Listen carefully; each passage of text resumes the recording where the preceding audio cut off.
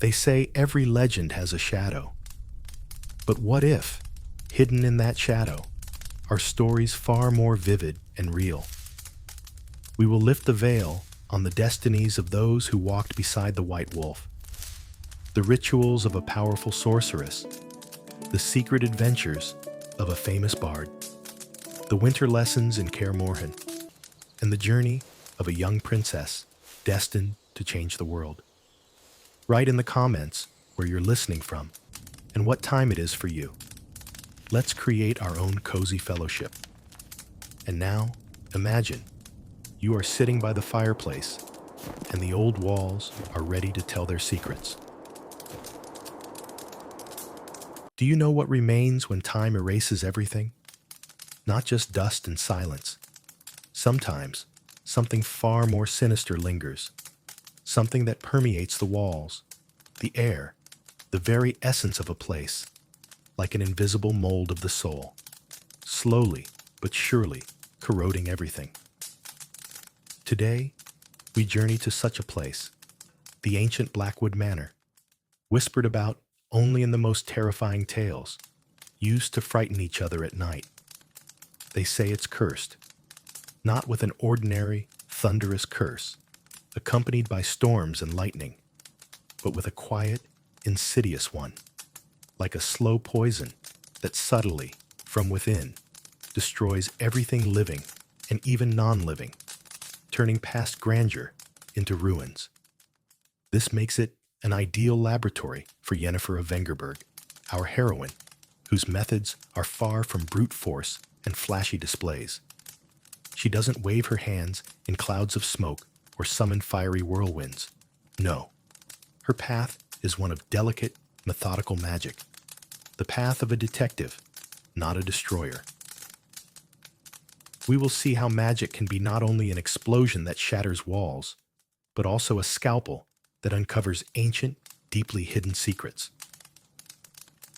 This is a story about how knowledge, not raw power, becomes the key to unraveling the darkest mysteries. Blackwood Manor, abandoned over a century ago, when its last inhabitants mysteriously disappeared without a trace, greets us with a profound, palpable silence. The tall, once wrought iron gates, rusty and warped by time, seem to breathe ancient metal and sorrow, while the centuries-old oaks, meant to protect this estate and its residents, only deepen the sense of doom, bowing their gnarled branches as if mourning lost grandeur and vanished lives. Yennefer moves with the grace of a predator, yet without the slightest rush. Her movements are fluid and precise. Her steps, light, almost imperceptible on the gravel paths, merely stir fine dust that dances in the rare sunbeams, struggling to penetrate the dense tangle of branches and the broken, eye-like windows. Her gaze, sharp and analytical, sweeps over the dilapidated facades, the moss-covered, lichen-encrusted walls, searching not for signs of vandals or natural decay, but for the barely visible imprints of another force, something distinctly not of this world, yet deeply etched into it. The first step in this complex investigation is always the same: a thorough assessment of the environment and an initial scan for energy anomalies. From her travel trunk, covered in exquisite leather and adorned with silver fittings, Yennefer produces a small, polished artifact, a crystalline detector of magical anomalies. It resembles a faceted prism, mounted on a thin silver chain that gleams softly in the dim light. Her fingers, slender and strong, as if crafted for filigree work, touch its cool surface, and the artifact responds with a soft, almost imperceptible, yet distinctly palpable hum, causing the air around to vibrate like a string. This is not just a device. It's an extension of her magical sight, a tool that transforms invisible energies into tangible sensations and data. "Quiet here," she murmurs, almost a whisper, her voice low, as if woven from silk and steel. dissolving into the dead silence, meeting no resistance. We hear only the echo of her words, slowly fading within these desolate walls, and the rare creak of old wood from the slightest breeze seeping through cracks. Too quiet for a place shrouded in such dark renown and tales of misfortune. Ordinary, aggressive curses leave behind chaos, flashes of negative energy, debris, warped objects, clear signs of violent magical activity. Here, however, absolute oppressive dead silence reigns, broken only by the occasional creak of floorboards beneath her light, deliberate steps, or the rustle of leaves outside the window.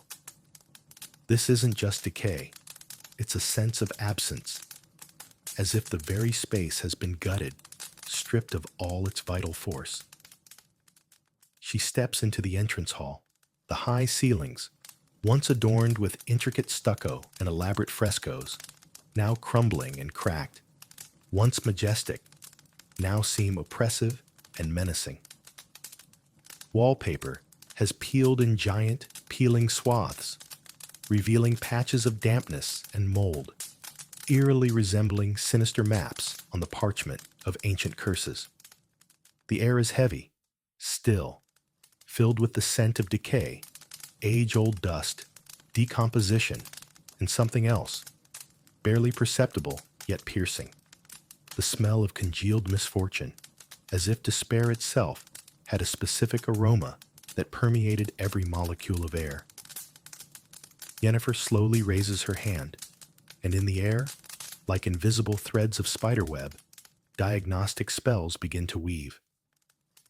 These are not flashes of light, not blinding lightning or fireballs capable of incinerating everything. This is a quiet, barely noticeable, yet deeply penetrating hum that pervades the entire space, like the echo of a tuning fork resonating with every air molecule, every atom of matter. It vibrates in the chest, making one feel something intangible yet powerful. As the spell's energy spreads, magical residues begin to manifest. At first, it's just a faint shimmer, like a scattering of fireflies at dusk, clinging to the old decaying curtains, hanging in tatters at the windows and the dusty chandeliers. Then, as the spell gains strength, thin, almost transparent, fluorescent lines appear on the walls, as if an invisible artist has drawn a complex, intricate pattern of ancient runes and symbols upon them. These are nothing less than echoes of magical activity, imprints of events that occurred here long ago, frozen in time like fossilized footprints in sand that can tell a whole story. Yennefer examines them carefully, her gaze gliding over them, deciphering every curve, every stroke, every knot, as if reading an invisible book of history written by magic. Passive corruption. Her voice now sounds clearer, as if she is dictating her observations into an invisible logbook, each conclusion precise and measured. Slow, degrading magic. Not an explosive strike, not instant destruction, but a rot coming from within, affecting the very essence of the object. She points to one of the lines, which twists like the root of an ancient poisonous plant, growing through plaster and stone. This is not an aggressive curse aimed at immediate annihilation of everything. It's more like a slow dissolution, a congealed pain deeply embedded in the walls, gradually eroding matter and time itself, as if the house itself has become the victim of a slow, agonizing, incurable disease. She retrieves several small glass vials, perfectly clean and transparent, and a slender silver stylus, sharpened at the tip, resembling a jeweler's tool designed for the most delicate work. With surgical precision, barely touching the surface, Yennefer collects samples. This is not ordinary dust or simple dirt. This is what is known in magical forensics as magical residue. microscopic particles of congealed, crystallized energy that can be analyzed like chemical elements or biological samples. She takes samples from the walls, the floor, from the folds of old fabric, even from the very air, sealing them in airtight vials with minimal oxygen exposure. Each vial is meticulously labeled with tiny symbols, as if they were crucial evidence in a murder case. In a sense, they are. It's the murder of a place, its history, its soul, stretched over decades. We follow her into what was once, undoubtedly, a living room, full of life and laughter, luxury and sparkle. Here, on a dark, blackened wooden tabletop, once polished to a shine, lie the remnants of old crockery, cups covered in age-old dust, like frost or a thin layer of ash. The wallpaper here has decayed even further, exposing the brickwork, and the once luxurious furniture has turned into shapeless shadows beneath layers of dirt and cobwebs. Yennefer once again casts her diagnostic spells. The hum becomes slightly more intense, and on the table's surface, where the cup stood, a faint, dim light appears, pulsating like a beating but fading heart.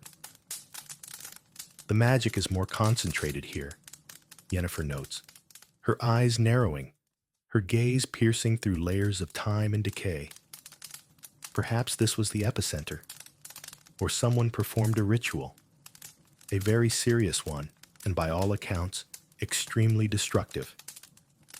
She extends her hand over the table, not touching it, as if feeling an invisible barrier. We see her fingers seem to sink into the air, feeling a slight resistance, as if she is penetrating a thin but dense veil of an invisible magical field. Yes, residual traces of a ritual, ancient and seemingly a very failed one, leading to irreversible consequences. She retrieves another tool from her trunk, a kit for taking imprints, not fingerprints, but magical signatures, a kind of magical chronometer that records energy waves. It's a set of thin, flexible wax plates resembling parchment, and a special transparent serum that glows faintly. She applies the serum to one of the plates, and upon contact with the invisible magical field, it slowly, almost imperceptibly, begins to change color, displaying a complex winding pattern of tiny lines and dots. It's like fingerprinting, but for souls and spells. Every mage, every spell leaves a unique imprint, an energetic signature that can be read and interpreted. Looks like emanations of a family curse, Yennefer murmurs thoughtfully, carefully examining the pattern that has appeared on the wax plate like an ancient scroll. Connected to blood and inheritance, such curses are rarely instantaneous, killing immediately. They erode generations, affecting fate, mind, even luck itself, slowly but surely leading a lineage to decay. She points to several uneven, jagged lines radiating from the central pattern, like cracks. It seems to have affected not only the owners, their descendants, and servants, but also the very structure of the estate, merging with its stones and wood, turning it into a living monument to the curse. We proceed to the library. Once, thousands of volumes were kept here, invaluable knowledge accumulated over generations. But now, the floor is littered with fragments of books, their pages, like fragile leaves, crumbling at the slightest touch, turning to dust. The air here was particularly dense, smelling of mold, decay, and something else, heavier, the scent of knowledge doomed to oblivion, and hopes crushed into nothingness. Yennefer stops by a large, ruined fireplace. Here, the air seems especially thick, condensed, as if sorrow itself rose above the fire. This is where it settled most deeply, she says, her voice becoming slightly more strained. tinged with deep concentration. The curse didn't just destroy, it absorbed. It absorbed light, warmth, knowledge, joy, life itself, turning everything into nothingness, into a void, into silence, like a black hole sucking everything into itself. She casts the most powerful of her diagnostic spells, and this time, the shimmer becomes brighter, and the hum more palpable, penetrating to the bones, causing a slight chill. On the wall above the fireplace, directly through the peeling plaster and layers of mold, an image emerges. Not a painting, not a shadow, but a phantom.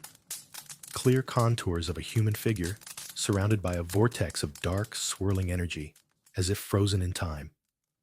This is not a ghost, not a wandering spirit. This is the imprint of a tragic event, a mental trace deeply etched into the ether. Yennefer holds her hand out to the phantom, not touching it, pausing for a moment, feeling the emptiness emanating from it. One feels not cold, but an absolute void, drawing out warmth, light, and seemingly life force itself, leaving behind only a sense of desolation. This was the final act, she whispers, her gaze fixed on the phantom, which pulsates with a barely visible, ominous light.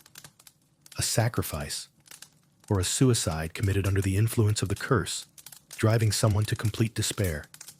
It fed on despair, pain, and fear.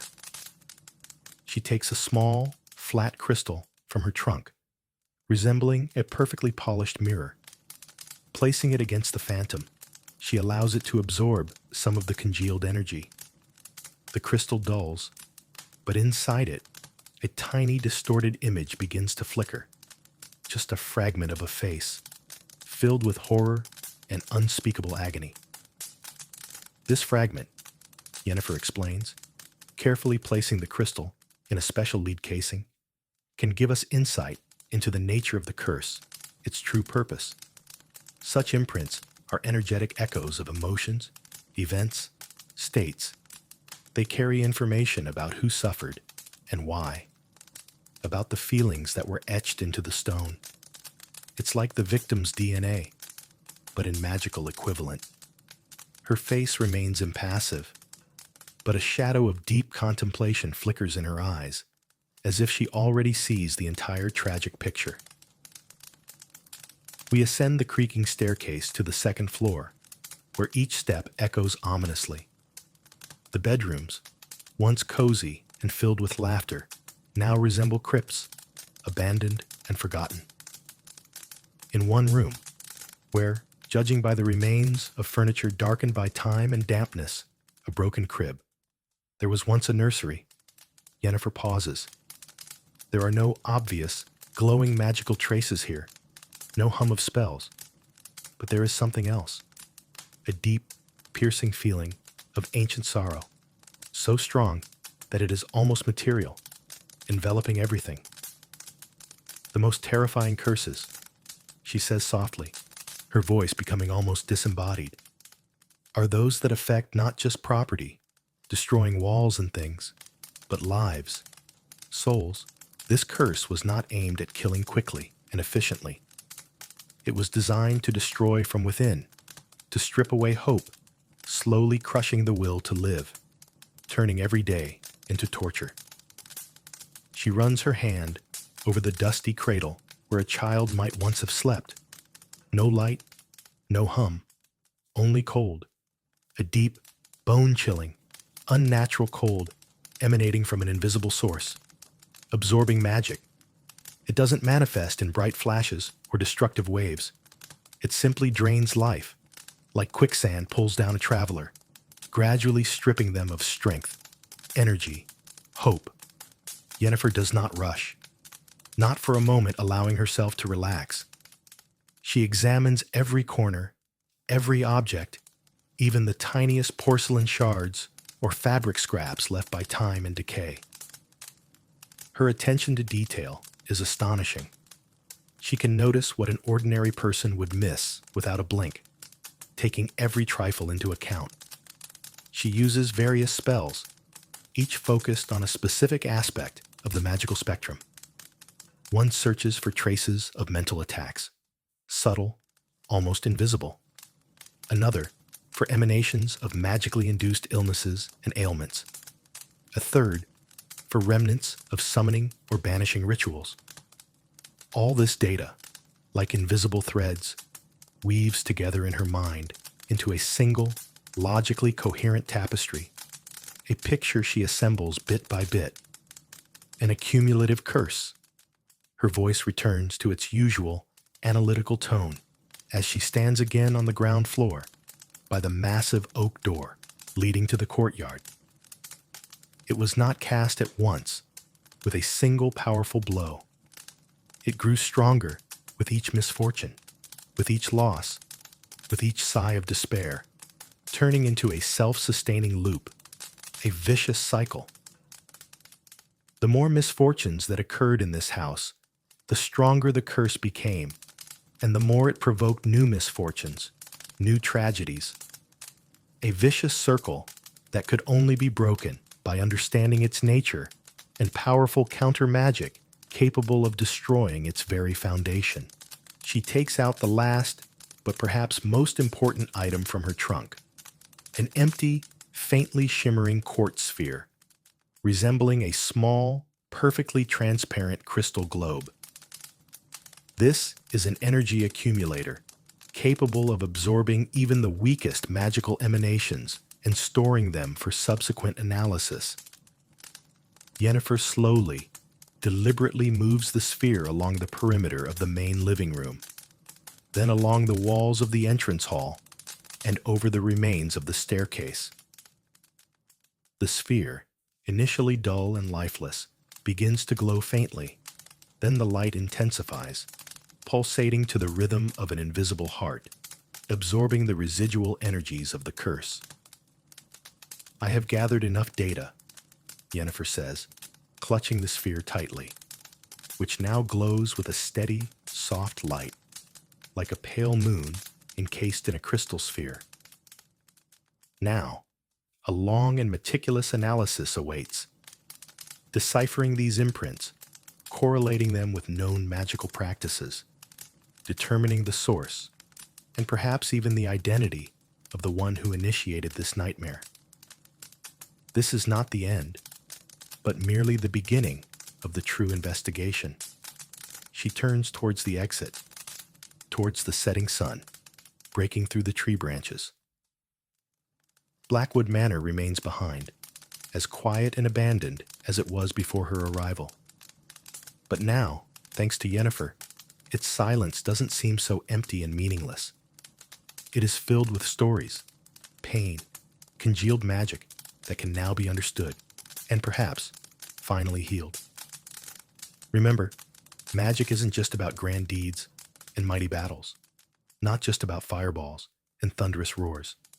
Sometimes it's quiet, persistent work, requiring incredible patience and attention to every detail.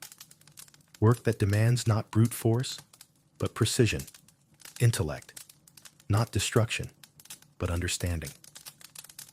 To understand a curse is the first step towards overcoming it, towards breaking the vicious circle. Sometimes, to save the world, or at least one place in it, all you need is to listen carefully to the whispers of the walls, to catch the echo of another's long-forgotten pain, and to piece together the puzzle in an abandoned house where magic flows slowly, like sand through fingers, leaving behind only a quiet hum and the whispers of long-gone days, opening the path to truth. And we, dear friends, will continue our investigation in future episodes, because every sample collected, every imprint revealed, is just a part of a large, intricate puzzle waiting for its moment to be fully solved.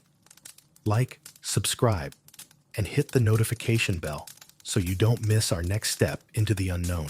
Has anyone who's ever seen a performer on stage not wondered what really happens backstage in those tense, final minutes before the curtain rises? We see the dazzling spotlights, hear the powerful sound, witness flawless execution, but we rarely consider the invisible, deeply personal moments that precede this magic. It's there, in the quiet of the dressing room, that not just a performance is born, but an entire universe of focus, ritual, and transformation. It's not mere waiting. It's an active, profoundly personal process that turns an ordinary person into a performer, ready to give themselves entirely to art, transforming nervous anticipation into pure, focused energy. It's a metamorphosis that happens behind closed doors, away from curious eyes, yet it's the absolute bedrock of everything that will then be presented to the audience. Its invisible, yet powerful foundation. Imagine a quiet room. The atmosphere within it is completely different from outside its walls. Only faint, muffled sounds from outside barely penetrate. A distant hum of voices, a soft rustle, as if the world beyond the walls lives its own separate life, untouched by you, while you reside in this sacred space. Here, in this small, comforting sanctuary, the air feels denser, filled not just with anticipation, but with an ancient, almost mystical energy, an energy of foresight and concentration that literally hangs in the air. There's no place for haste, no place for distraction, no place for extraneous thoughts that could disturb this fragile harmony. There is only you, your art, your soul, and the approaching moment of truth, that very instant for which you have lived, trained, and honed your craft. This state is akin to deep meditation, but with a very specific, incredibly important purpose: to prepare every string of your soul, every fiber of your being, for the symphony that is about to begin, with every cell, every nerve ending. You're not simply sitting, you are actively tuning yourself, like the most delicate, precision instrument that must be perfectly calibrated before operation, so that every detail functions flawlessly. Every thought, every movement, every inhale and exhale becomes part of this complex, yet so necessary, so sacred process of preparation. And here it is, the central element of this universe, its heartbeat, the instrument. In my case, an antique lute, an instrument whose very appearance tells tales of centuries, having absorbed the spirit of many eras, the essence of great masters. Its wood, a deep, warm shade of walnut or maple, seems to hold the warmth of countless touches, performances, and centuries, filling the room with the faint, pleasant scent of old wood, noble and soothing. It gleams under the dim yet soft light of a table lamp, as if awaiting its hour, beckoning with its shimmer and promise.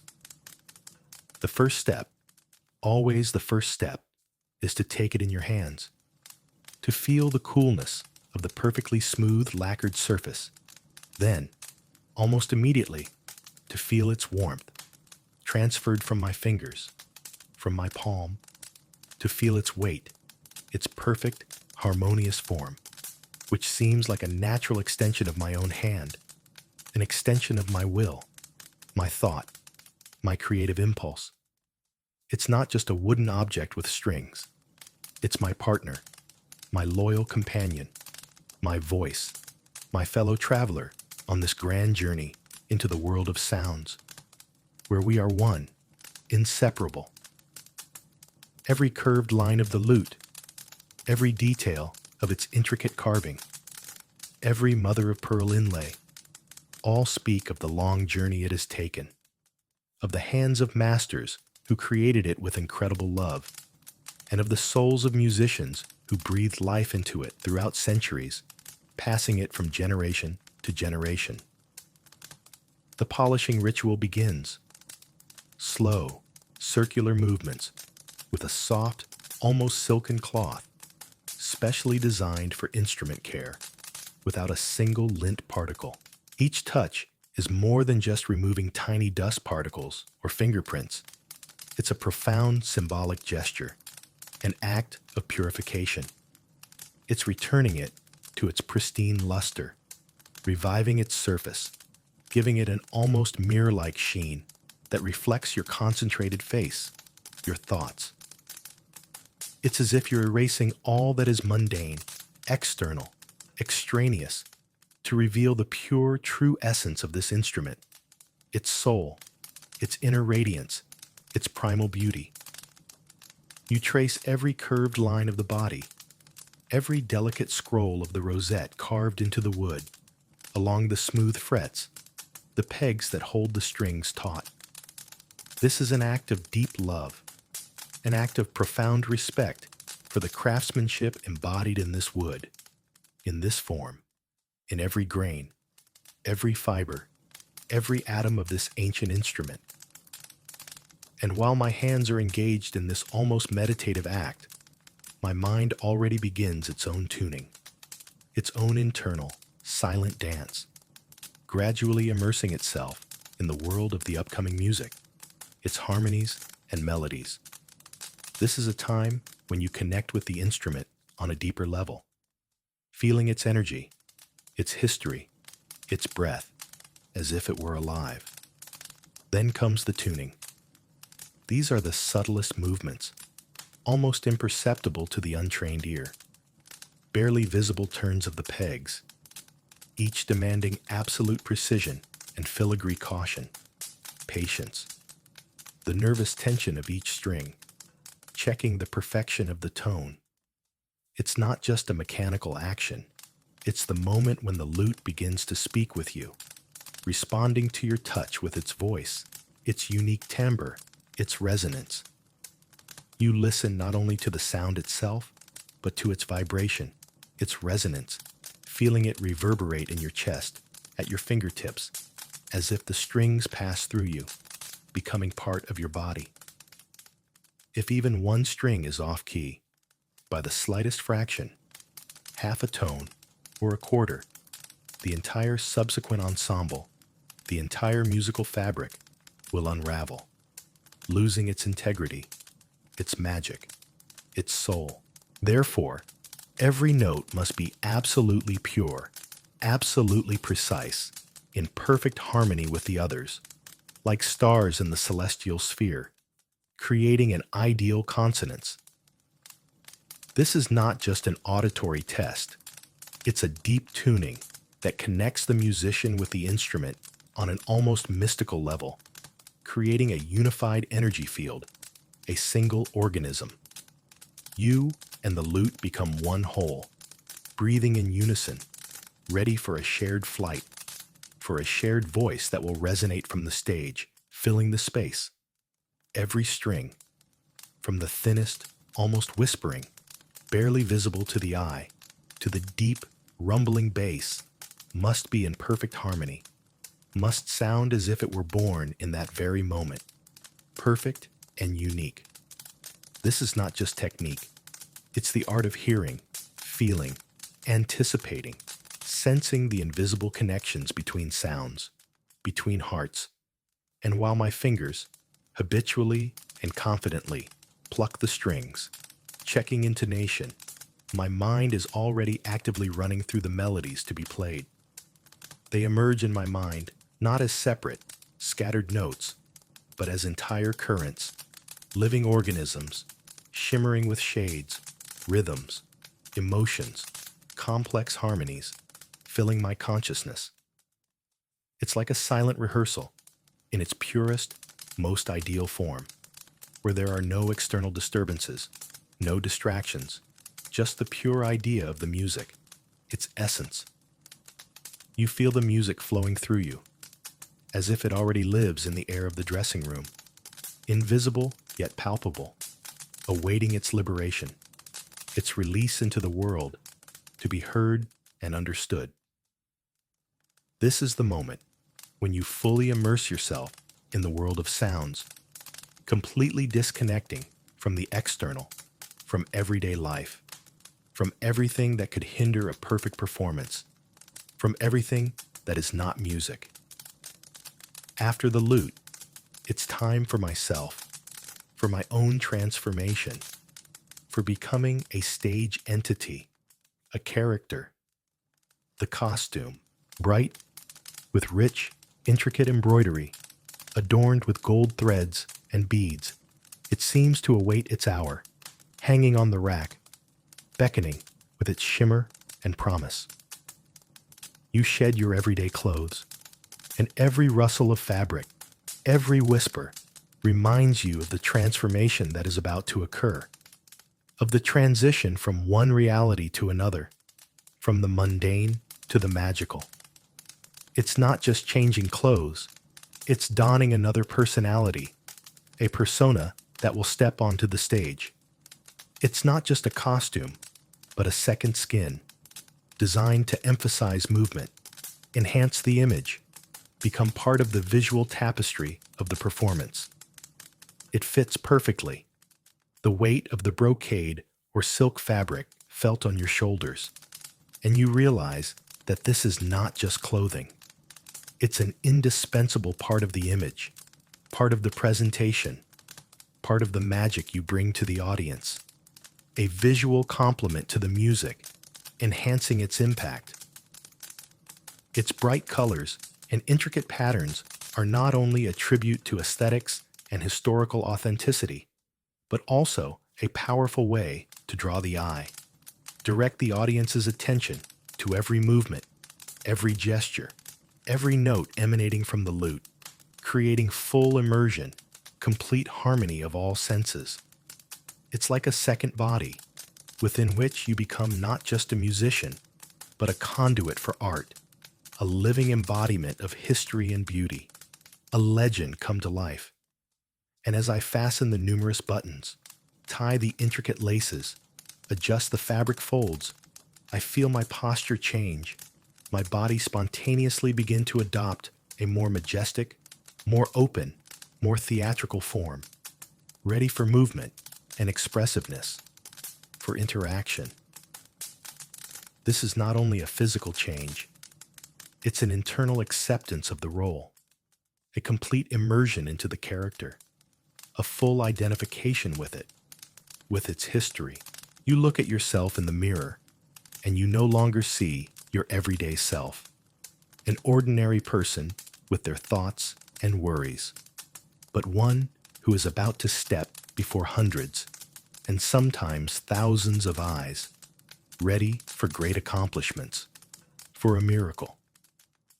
It's a gaze full of determination, deep concentration, and a touch of nervousness, that healthy nervousness that keeps you sharp, not allowing you to relax for a second, maintaining acute focus. It's the gaze of a person completely ready for the performance, ready to give their whole self without reservation, every particle of their energy, every note of their heart. Next, an indispensable and obligatory element, tea. Not just water, not an invigorating but too harsh coffee, but specifically a soothing herbal tea, brewed according to a special recipe, with all proportions observed. Usually, it's something with mint, chamomile, lemon balm, or lavender, herbs that gently, delicately calm the nerves, yet by no means dull the sharpness of perception or clarity of mind, leaving them crystal clear, like a mountain stream. The mug is warm. Its touch against your palms already has a healing, comforting effect, like a warm embrace dispelling anxiety. Slow, small, thoughtful sips. Each sip is not just quenching thirst, it's a ritual of slowing down, a center of gravity in a possible whirlwind of emotions that can engulf any artist before going on stage, a salvific island of calm. As the warm, aromatic drink spreads through your body, you feel the tension slowly recede, giving way to a calm, firm confidence that gradually fills you from within, spreading through your veins. This tea is my anchor, my fulcrum in the pre-performance chaos that can engulf any artist. It helps you stay in the moment, not rushing ahead, not worrying about what will happen, but simply being here and now, fully aware of every moment of your existence, enjoying this concentration, this silence. The scent of herbs fills the dressing room, creating your own invisible protective dome around you, inside which you can feel absolutely calm and safe, shielded from the outside world. And then, in the near absolute silence of the dressing room, sounds from outside begin to penetrate through the thick walls, as if from afar, growing steadily. The muffled hum of hundreds of voices, gradually filling the hall, rising like a wave. It's not just noise. It's the living breath of the future audience, their collective energy. Sounds of footsteps in the corridor, where technicians and administrators bustle, the creak of doors, a light cough, sometimes snippets of laughter or conversation, the rustle of programs being handed out to spectators anticipating the show. These are not harsh sounds, not distracting, not rudely invading your personal space, breaking your concentration. They are more of a background hum, a soft yet insistent reminder that out there, beyond this door, an audience is gathering, eagerly awaiting the start of the performance, their moment of magic. They are waiting. They have come to hear, to see, to feel, to experience something together with you, to share this moment of art, this story. These sounds are like the pulse of a large organism that is about to breathe with you, in unison with your music, creating a single, powerful energy, a unified field. This doesn't scare you, doesn't distract you, but only intensifies the feeling of anticipation, fuels the excitement and desire to go on stage to give them everything you have. You feel the energy building behind the walls, but it hasn't yet invaded your personal space. It merely hovers around, like a tide that hasn't yet reached the shore, but its approach is already palpable. You already feel a slight tremor in the ground beneath your feet, foreshadowing something great. You feel your own energy beginning to synchronize with this external wave, preparing for release. And finally, the most crucial, most intimate, most profound moment, mental preparation, an internal dialogue with yourself and with art, with the spirit of the music. It's not just repeating the text or melody in your head. It's a complete immersion into the very heart of the art, into its primordial essence, into the story you want to tell, into the message you carry. You close your eyes. You recall every finger movement on the frets, every intonation, every nuance of the melody, every dramatic pause that adds meaning and depth. You visualize your performance from start to finish, as if watching a film about yourself, about your triumph on stage, about every note, every smile, how you walk onto the stage, how the light falls on the lute, how it responds to your touch, how the audience listens attentively, holding their breath, how the music fills every corner of the hall, penetrating to the farthest rows, enveloping every listener, every person. These are not just abstract pictures. These are vivid, bright sensations that you experience with your entire being, your entire soul. You feel the music flowing through you, how it becomes part of your breath, your heart, your blood, your soul, your very essence. You imagine how the sound resonates in space, how it touches the hearts of listeners, evoking a deep response, a storm of emotions, a realization of something important, a transformation. This is the time for final instructions to yourself, to the invisible voice within that always knows the truth, your inner teacher. To remind yourself of the main goal, not just to technically flawlessly play the notes, but to convey the deepest emotions, to tell an entire story without words, to share a part of your soul, your life energy, your uniqueness, your vision, to cast aside any doubts, to release the fear of failure if it suddenly arises, to dissolve it in this powerful concentration, in this flow, to embrace this unique moment, this gift of fate, this opportunity, to allow the music to lead you, to become its pure conduit, its true voice, its embodiment. This is the moment when you completely dissolve into your art, when I ceases to exist as a separate personality and only a conduit for sound, for beauty, for harmony, for greatness remains. You imagine the expressions on the faces of the audience, their interest, their joy, their delight, their thoughtfulness, their tears, their smiles, their complete immersion.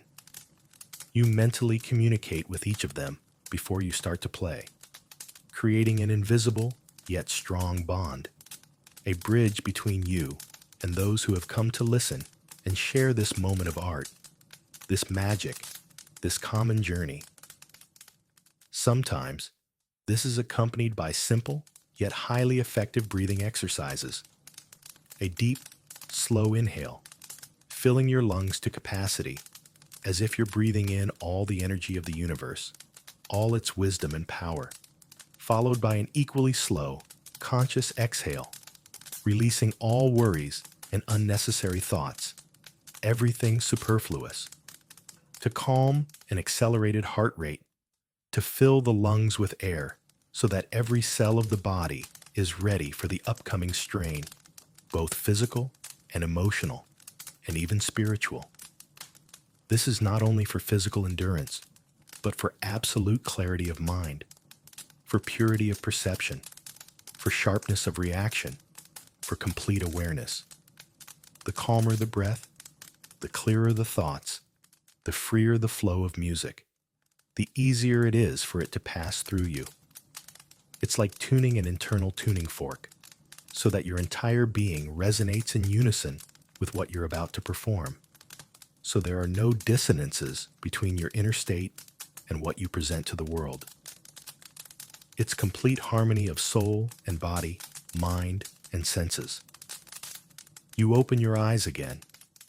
You glance around the dressing room, as if bidding farewell to this cozy sanctuary until next time, until the next performance, until the next immersion into this world of silence and preparation.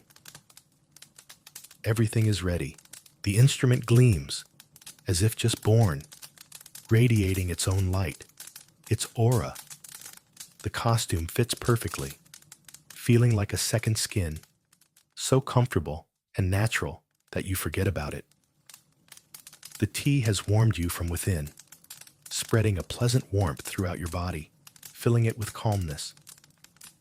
Nerves are taut, but it's no longer anxiety, no paralyzing fear, but keen anticipation, healthy excitement, pure adrenaline that invigorates you, a tension that empowers rather than restricts movement or paralyzes.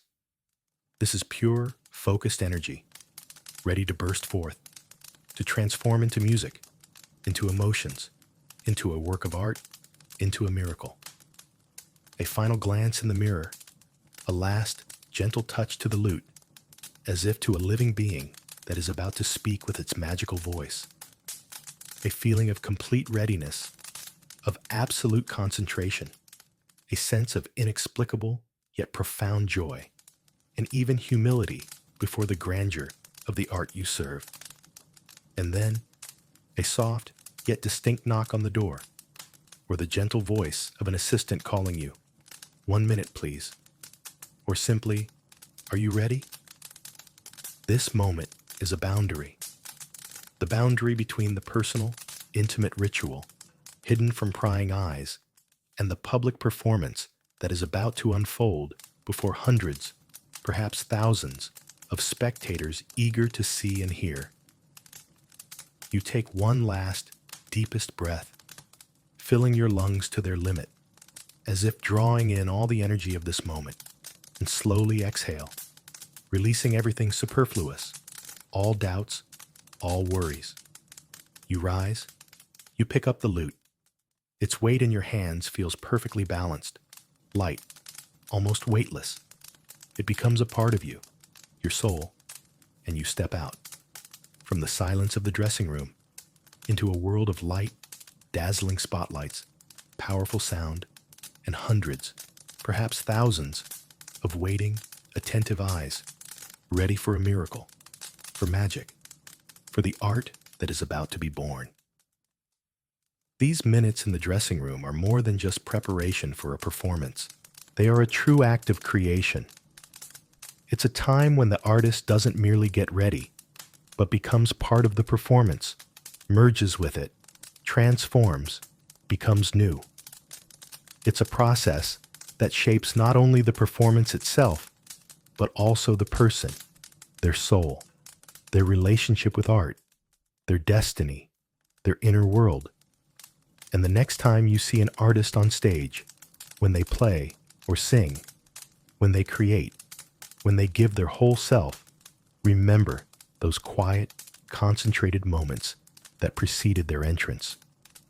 Remember the lute that was polished with love and attention, the tea that warmed the soul and calmed the nerves, the thoughts that tuned into the wave of art, the costume that became a second skin, almost a living being.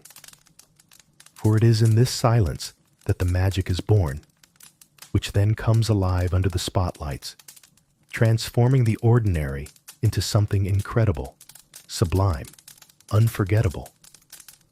It is these invisible moments that become the very foundation for great performances, the secret ingredient that makes each performance unique, profound, and truly memorable.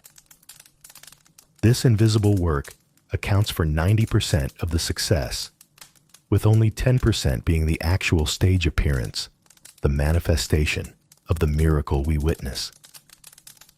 It's the invisible iceberg, whose tip we see, but we're unaware of its massive submerged portion, hidden from our eyes. It's a kind of backstage prayer from the artist, their personal dedication to the upcoming moment, their vow to art, their promise.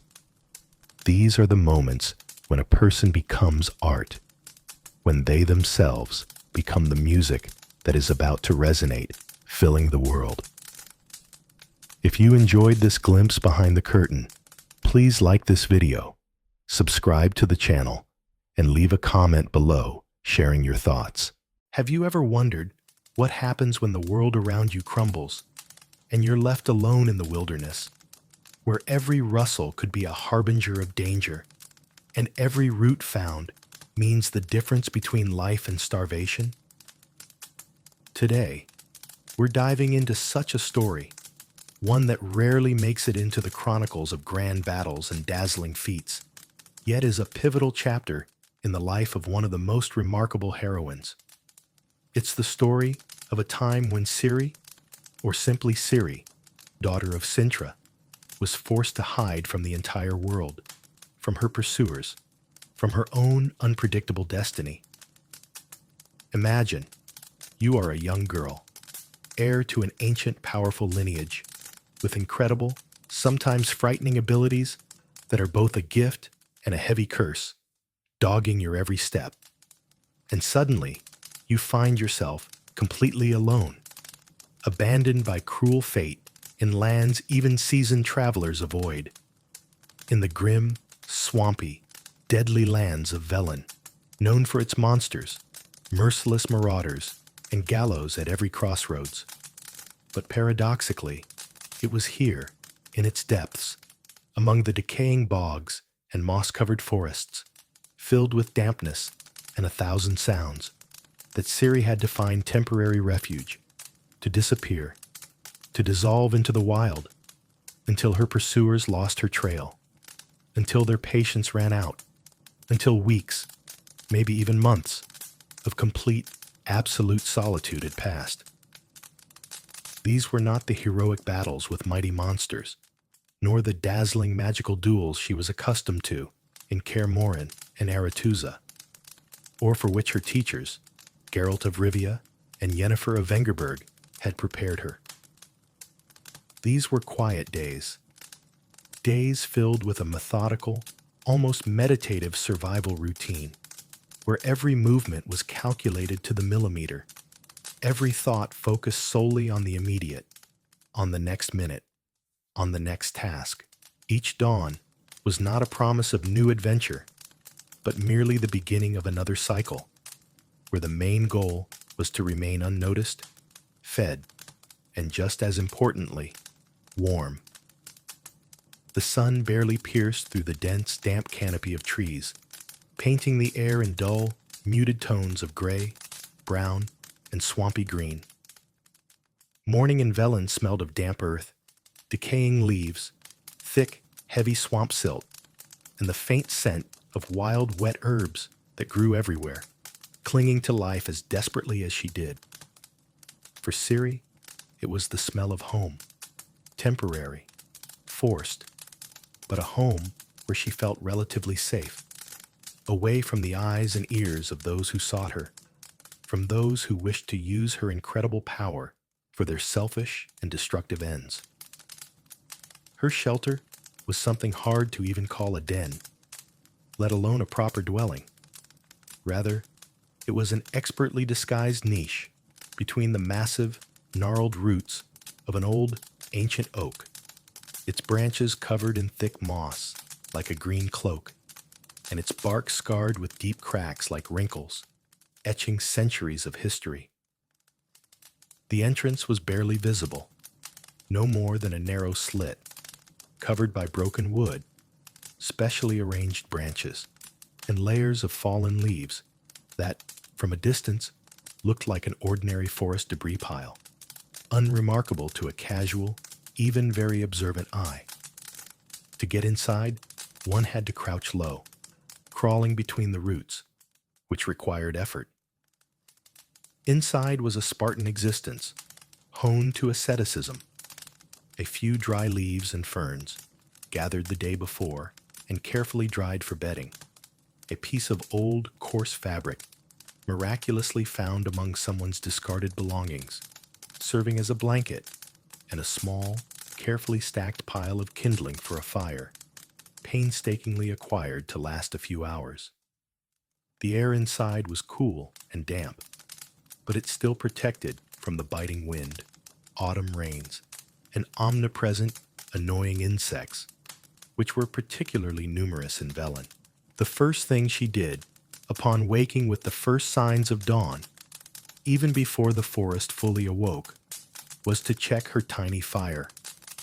Small, no bigger than her palm, it smoldered in a hollow dug in the ground, protected by an overhanging root, so the smoke was minimal and unnoticed, dissolving into the morning mist. It didn't give much light, just a faint orange glow, barely dispelling the complete darkness, but it provided precious warmth, dispelling the morning dampness, and the ability to boil water or cook a modest meal, usually a meager broth from bones left over from a previous catch, or simply hot water with wild herbs. Ciri carefully added thin, dry twigs, collected beforehand and stored in her shelter, blowing on the barely living embers.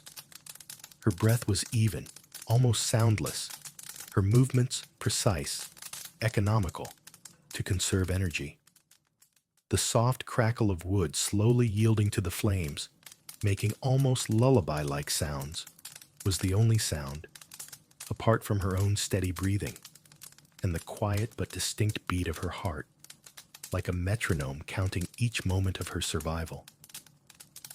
It was a sound that instilled confidence, a symbol of control over the chaos of the wild, a reminder that she was still alive and capable of coping with hardship, that she was not helpless in this hostile world. After that came the turn of checking her snares. Emerging unnoticed from her shelter was an art in itself, requiring absolute concentration and an almost instinctive understanding of the forest.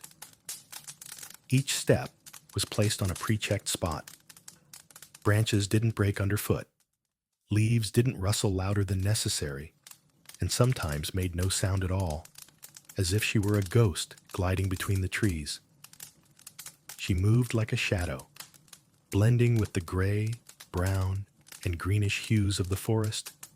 Her movements fluid, almost cat-like, completely silent. The snares, simple loops of ropes made from split roots, once gathered and dried in the sun, or, on particularly lucky days, from the sinews of small animals she found dead, were set in several places, along faint trails used by small creatures like rabbits, hares, hedgehogs, sometimes even weasels. The quiet rustle of setting such a snare was almost imperceptible, just a light touch of the thin rope against a tree trunk or bush, a quick, almost invisible movement of fingers tying a knot strong enough to hold the prey, but so subtle as not to scare it away. Yesterday's snare setting by the stream, where animals came to drink, yielded a modest but welcome catch, a small rabbit, still warm. Meat was an invaluable resource, providing protein and fat essential for maintaining strength. It gave her the energy so desperately needed to survive in Velen's harsh conditions.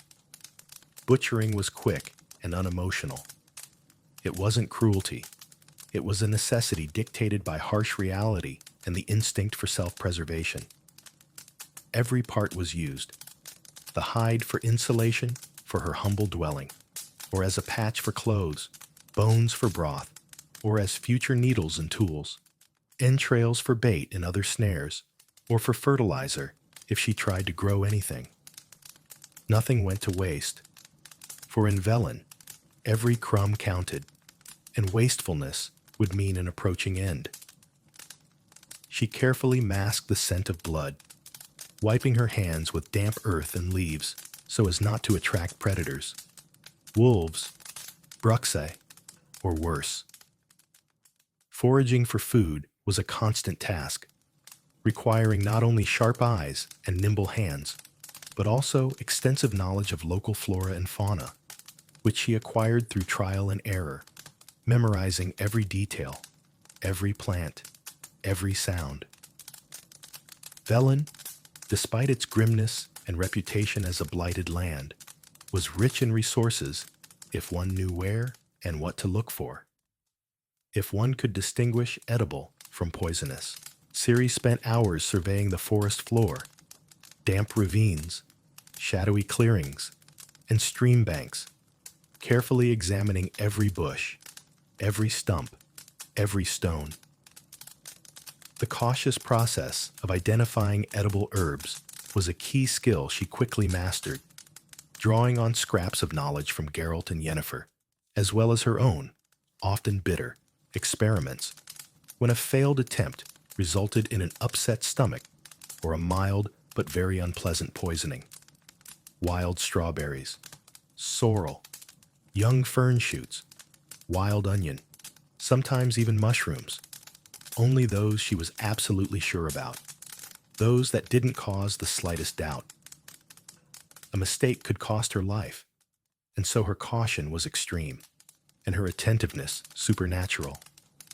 She learned to distinguish the smallest shades of green, the shapes of leaves, the texture of stems, even the smell, which could indicate toxicity. Her fingers glided over plants, gathering them with a surgeon's precision, cutting off only the necessary parts so as not to damage the rest of the plant and allow it to grow again, ensuring a future harvest. Sometimes she managed to find wild berries ripened under Velen's dim sun, blueberries, lingon berries, sometimes even wild currants. Their sweet, tart taste was a true gift amidst the bland monotony of her diet, a real treat, bringing forgotten pleasure and hope for better times. A handful of blueberries, or lingon berries, wasn't just food. It was a small joy, a reminder that even here, in this harsh and hostile world, there was still room for pleasant moments, for simple, almost childlike pleasure, which she didn't allow herself too often, so as not to lose vigilance.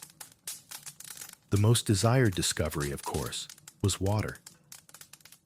Velen was full of swamps and stagnant bodies of water, but clean, potable water was an entirely different matter. It was an invaluable treasure, the key to survival.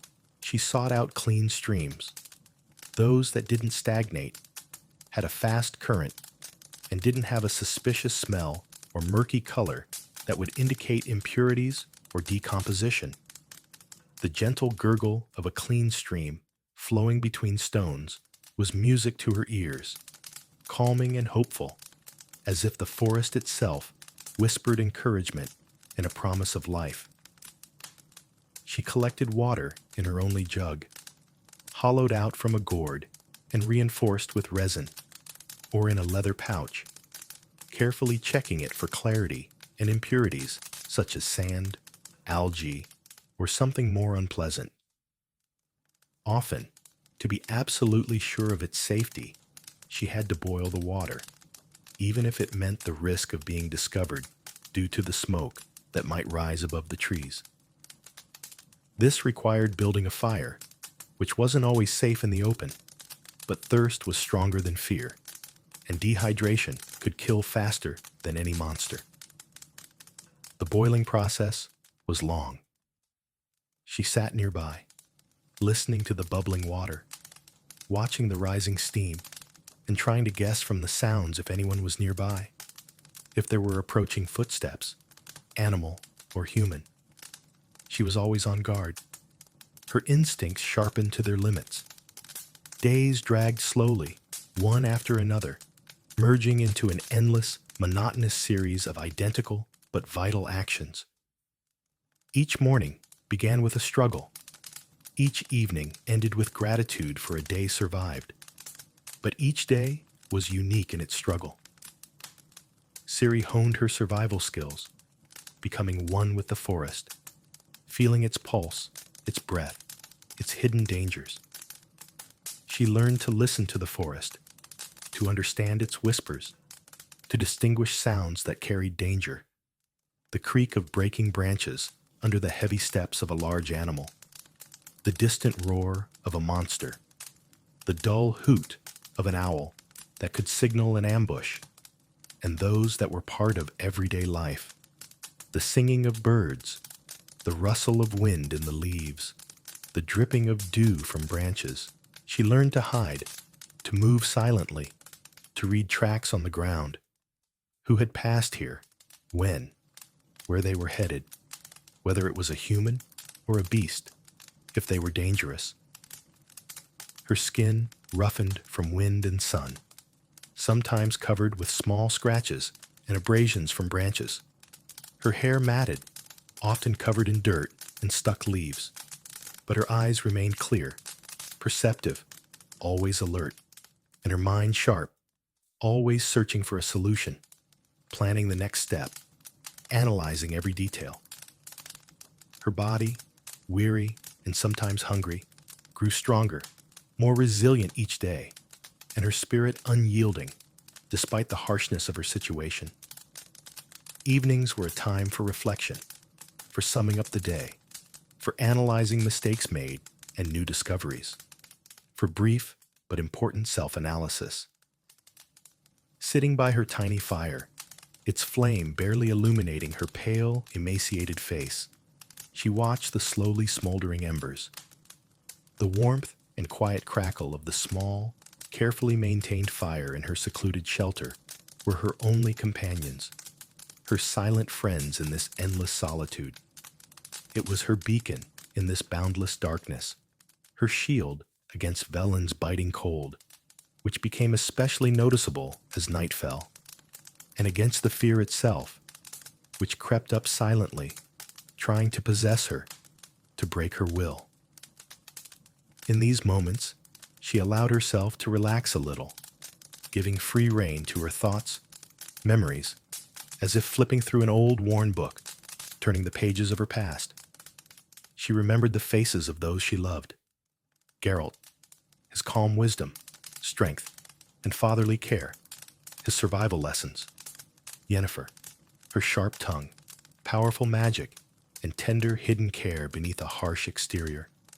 Triss, her kindness and laughter, the warmth of her hands, her support.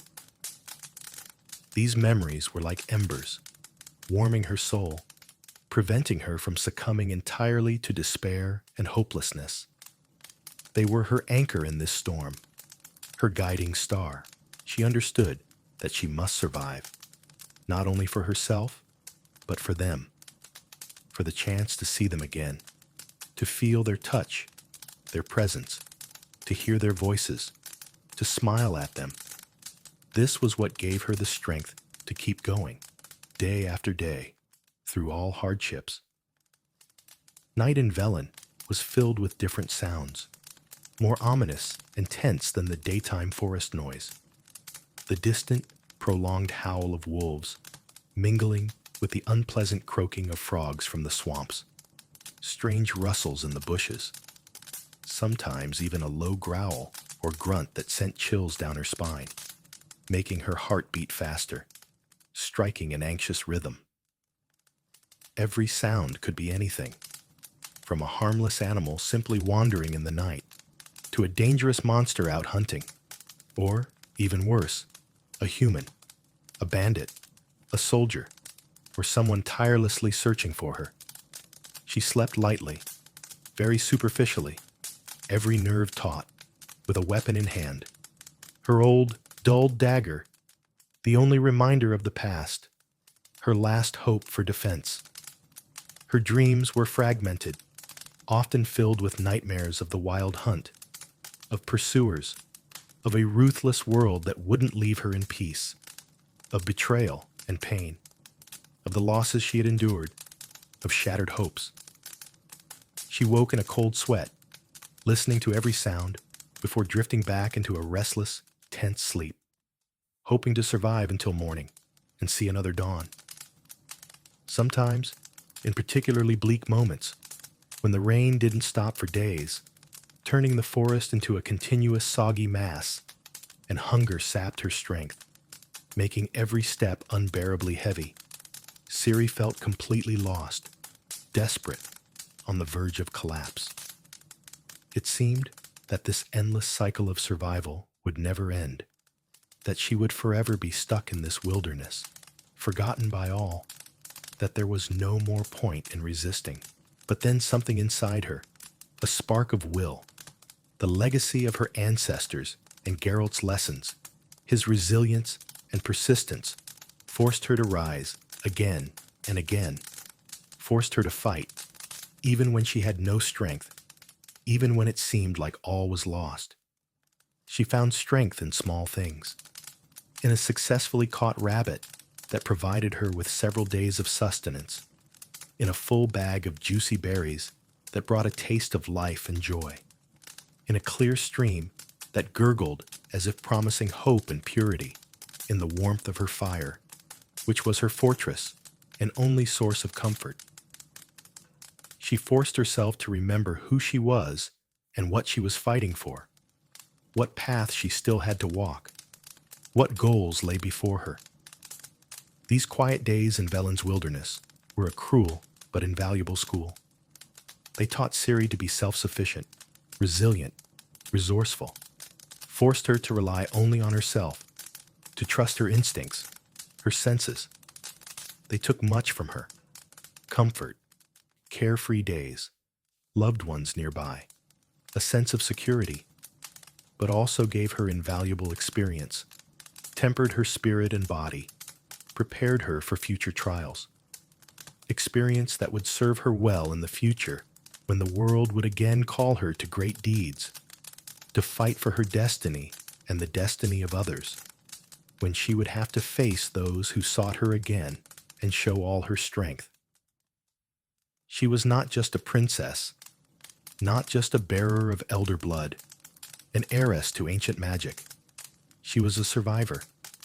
She was a warrior, forged not in epic battles against hordes of foes, but in the daily, exhausting struggle for life, with nature itself, and with her own fears, with loneliness and despair, with cold and hunger. And in this lay her own special strength, a strength born in silence and solitude, among Velen's swamps and forests, which made her truly unyielding, capable of withstanding any hardship. Her story in these lands is less about great feats than about an unshakable will to live, about the ability to find hope even in the most hopeless conditions, about an inner resilience that allows one not to break, not to give up, even when it seems that all is lost, when it seems that the whole world is against you. It is a story of how a person, deprived of everything dear to them, can find support within themselves and in nature itself, become stronger than ever, and emerge from the ordeal not broken, but renewed, ready for new challenges. If you found this deep dive into Ciri's struggle compelling, hit that like button, subscribe for more Witcher lore, and let me know in the comments what other characters or moments from the Witcher universe you'd like to explore. Have you ever wondered what Witchers do in Kaer Morhen when snow blankets the mountain peaks, transforming the ancient stronghold into an impenetrable winter realm? Of course, they hone their combat skills, practice fencing on icy training grounds, and maintain their physical fitness in the harsh mountain climate. But the winter months within these austere walls are not just a time for rest and recovery after exhausting journeys across the continent. It is also a period of deep immersion in knowledge that is just as vital for a Witcher's survival as a sharp, silvered blade. Today, we'll mentally transport ourselves to this secluded, almost mystical place where a wondrous silence and profound peace reign, broken only by the soft whisper of ancient wisdom and the delicate, almost imperceptible clinking of laboratory glassware. Imagine it. Kaer Morhen. Deep winter has firmly set in. Outside the windows, where dim, gray light filters through narrow arrow slits, a chilling wind howls, scattering sharp crystals of snow dust across the surrounding lands. The mountains appear even more grim and impregnable, their summits hidden in low, leaden clouds. But inside, in one of the oldest towers, where massive stone walls are steeped in centuries of secrets, it is warm and surprisingly cozy. The soft, golden light from several oil lamps dispels the gloom, casting intricate shadows on wooden shelves laden with hundreds of glass vials of all shapes and sizes, neatly stacked clay pots, bundles of dried herbs hanging from beams, and ancient tomes whose bindings have long since darkened with age. This is the heart of the Witcher's craft, the alchemical laboratory, a place where elixirs of life and death, protection and offense, salves, poisons, and decoctions are born, things without which a Witcher's existence is unthinkable. In the very center of this temple of knowledge, behind a massive, heavy oak table that seems to have outlived generations of Witchers, sits an elderly but remarkably robust man. His face is etched with deep wrinkles, like maps of long-forgotten roads, and his gray hair is gathered in a simple ponytail. This is Vesemir, the oldest and perhaps wisest of all living Witchers, the last bastion of a dying order. Beside him, leaning over the table, stands a young Witcher.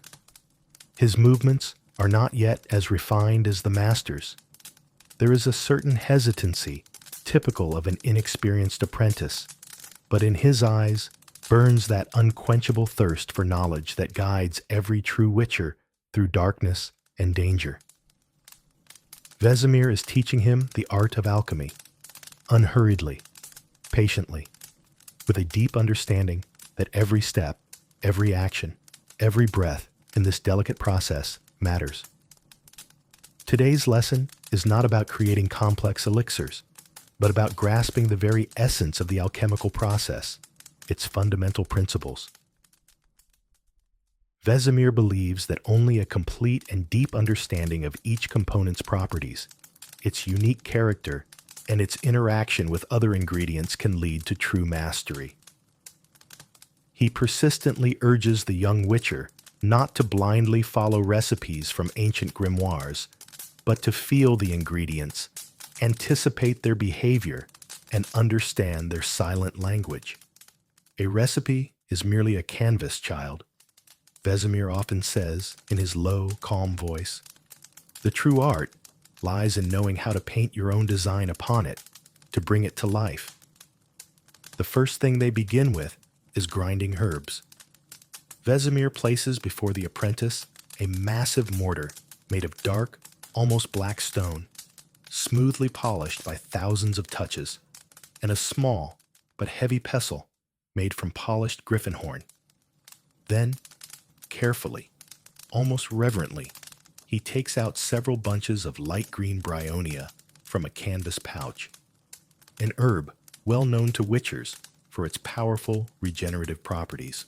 The bryonia leaves appear fragile and dried with time, but Vesemir knows that immense power is contained within them, capable of healing the deepest wounds and strengthening a body exhausted by combat. The young witcher takes one bunch and begins to carefully grind it in the mortar.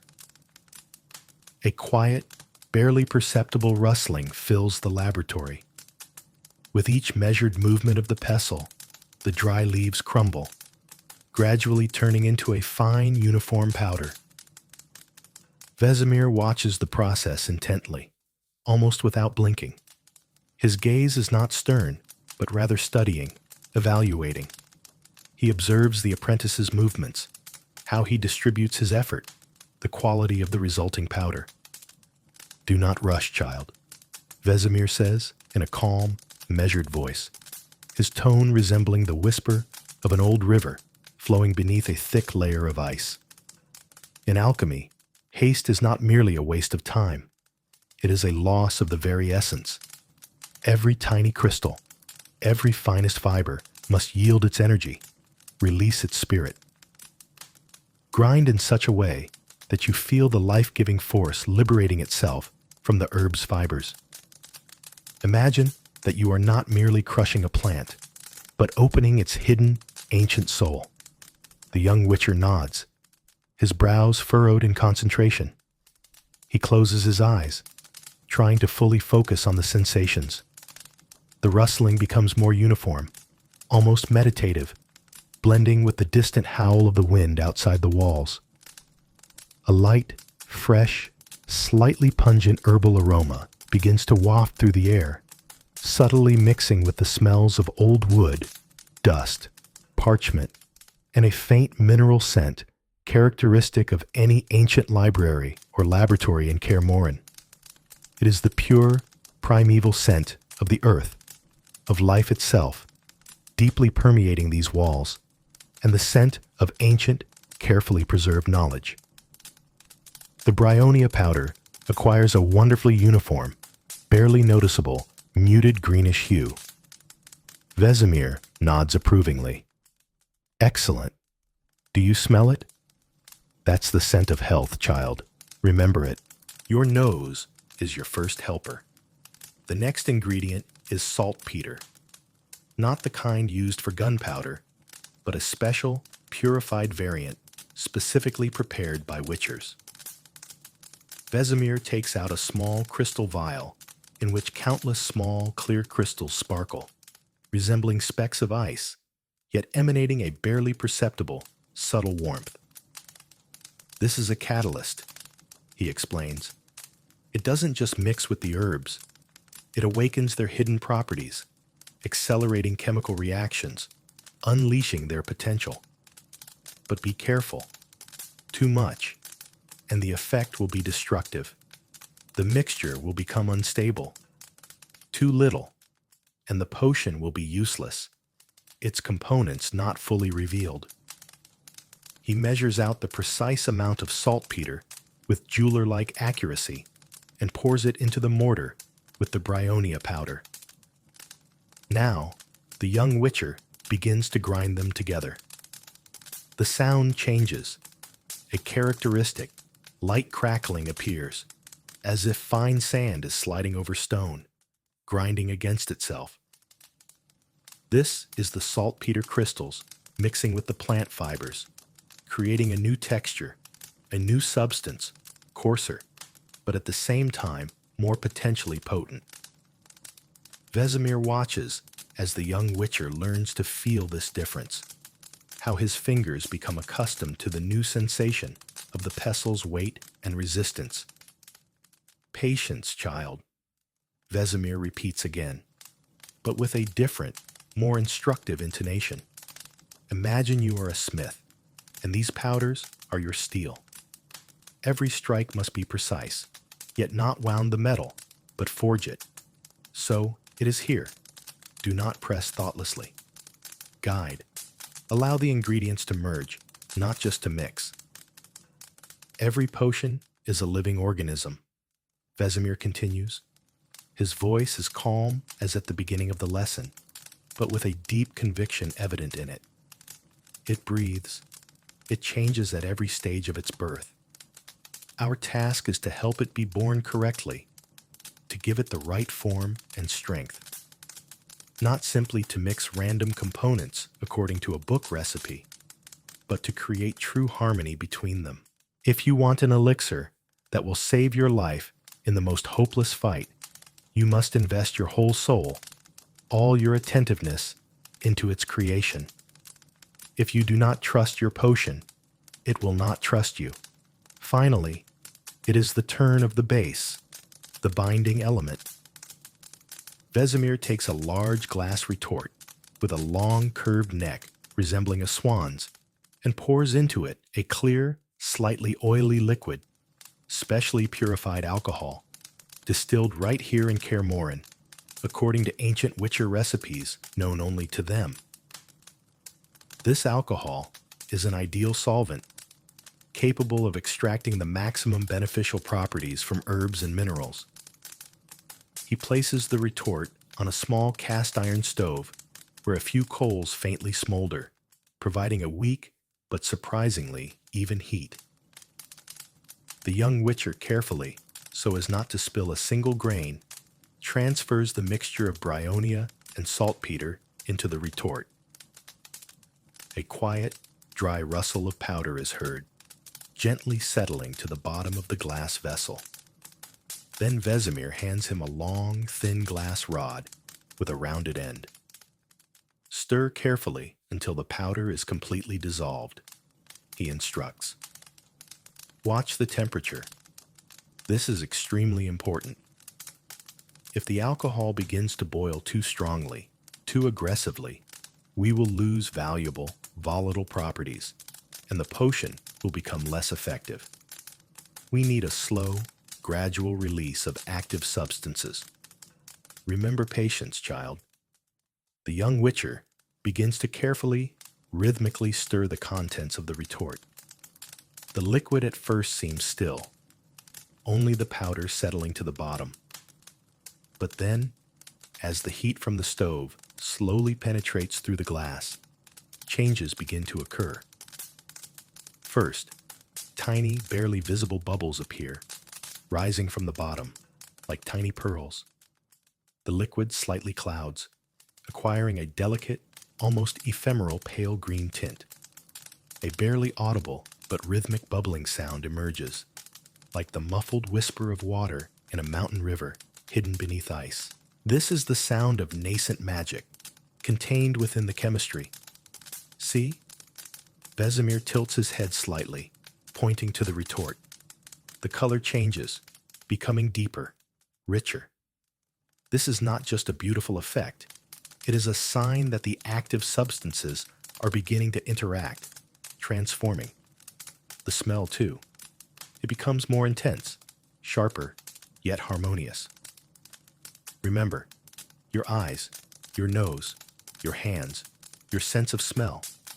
These are your main tools in alchemy. Trust them more than the most complex treatises and ancient records. A witcher learns not only from books, but from nature itself. As the potion slowly brews, filling the laboratory with a distinct yet pleasant aroma, Vesemir continues his discourse. He speaks of the importance of proper ingredient storage, how dried herbs retain their potency in airtight containers, and rare minerals require special conditions. He explains safety rules, warning of the dangers of working with volatile or poisonous components. He recounts the intricacies of mixing different substance groups, why some components can be combined directly, while others require preliminary treatment or addition at a strictly defined moment. He speaks of how the knowledge of alchemy allows a witcher not just to survive in wild, hostile terrain where there are no healers, no merchants, no smiths capable of repairing a sword.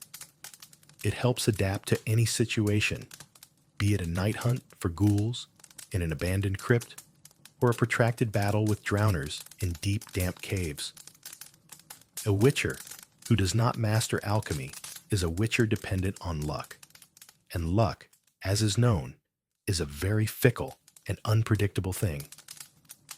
You must know that every leaf, every bone, every mineral, every hair of a monster, all have their own history, their own character, their own unique essence. Vesemir sweeps his hand across a shelf laden with countless vials filled with the most diverse substances. Our task is to unveil this character, to bend it to our will, but always with deep respect for nature and its laws. Otherwise, nature will exact its revenge, believe me. Alchemy is not only the science of mixing substances, it is also a philosophy. It is an understanding of the profound connections between all things, an awareness that you yourself are but a small, yet important part of this vast, complex mechanism of the world. He pauses, allowing his words to settle in the young witcher's mind. Understand, child, a witcher's true strength is not only in the sharpness of his blade or the speed of his reflexes. It is in the ability to understand the world, to understand its poisons and its healings, to understand its monsters and its wonders. And alchemy is one of the keys to that understanding. Hours fly by, unnoticed in this realm of knowledge. The laboratory gradually fills with soft warmth and complex layered aromas. The bubbling in the retort becomes clearer and more rhythmic, the liquid acquiring a deep, saturated emerald color, like a liquid gemstone. This signifies that the process of dissolution and extraction of active substances is almost complete. Now, only the final stages remain: purification and bottling. Vesemir takes out a thin, yet dense linen cloth, specially designed for filtration, and a glass funnel. The young witcher carefully, so as not to spill a single precious drop, pours the finished potion from the retort. The liquid slowly but surely filters through, leaving a minute, almost invisible sediment on the cloth, while becoming absolutely clean and transparent itself, without a single impurity. Then Vesemir hands him several small, neat vials of dark glass, intended for storing the finished product. The young witcher carefully fills them, trying not to create bubbles. The result is several vials of a pure, clear potion, which, despite its relative simplicity, already possesses certain vital properties. Remember this moment, child, Vesemir says, looking at the small bottle of potion the young witcher holds in his hand, admiring its deep color. This is not just liquid. This is the result of your patience, your attentiveness, your persistence, and your deep understanding. Every drop of this potion is your personal, invaluable lesson. It may not save your life in a fight with a monster tomorrow, but it will help you understand the world around you much better, its hidden powers and its dangers, and that is far more important. A witcher is not just a warrior, but also a scholar and a thinker. Winter days in Kaer Morhen might seem long and monotonous to an outsider, but for witchers, they are imbued with deep meaning. Away from the bustle of the outside world, under the strict yet caring supervision of an old, wise mentor, the young witcher not only hones his combat skills on training dummies, but also masters more subtle yet no less vital arts. The art of alchemy is just one of them, but it forms the foundation for many others. It is these quiet lessons, filled with the sounds of rustling herbs, gently bubbling liquids, and Vesemir's calm, measured voice, that shape a youth into a true witcher, capable not only of cleaving monster heads and deftly dodging blows, but also of healing wounds, understanding nature to its finest essence, and trusting his own hands, his eyes, and his mind more than any legends or rumors. This lesson from Vesemir isn't about simply following a recipe to make a potion. It's a lesson in patience, in knowledge, in self-sufficiency, in how to utilize every resource nature provides you. It's a lesson in being a witcher in every sense of the word, not just a mercenary with a sword. And these lessons, passed down from generation to generation within the snowy, ancient walls of Kaer Morhen, are the invisible yet unbreakable force that sustains the Witcher Order, despite all the whims of fate, despite persecution and oblivion. A Witcher, trained by Vesemir, is a Witcher who will always find a way out of any situation, even the most desperate. And sometimes, that way out lies not through the sharp steel of a sword, but through a small vial of a properly brewed elixir, created with understanding and a deep love for one's craft. Silence once again descends upon the alchemical laboratory, broken only by the soft crackling of coals in the cast-iron stove and the distant mournful howl of the wind outside the walls.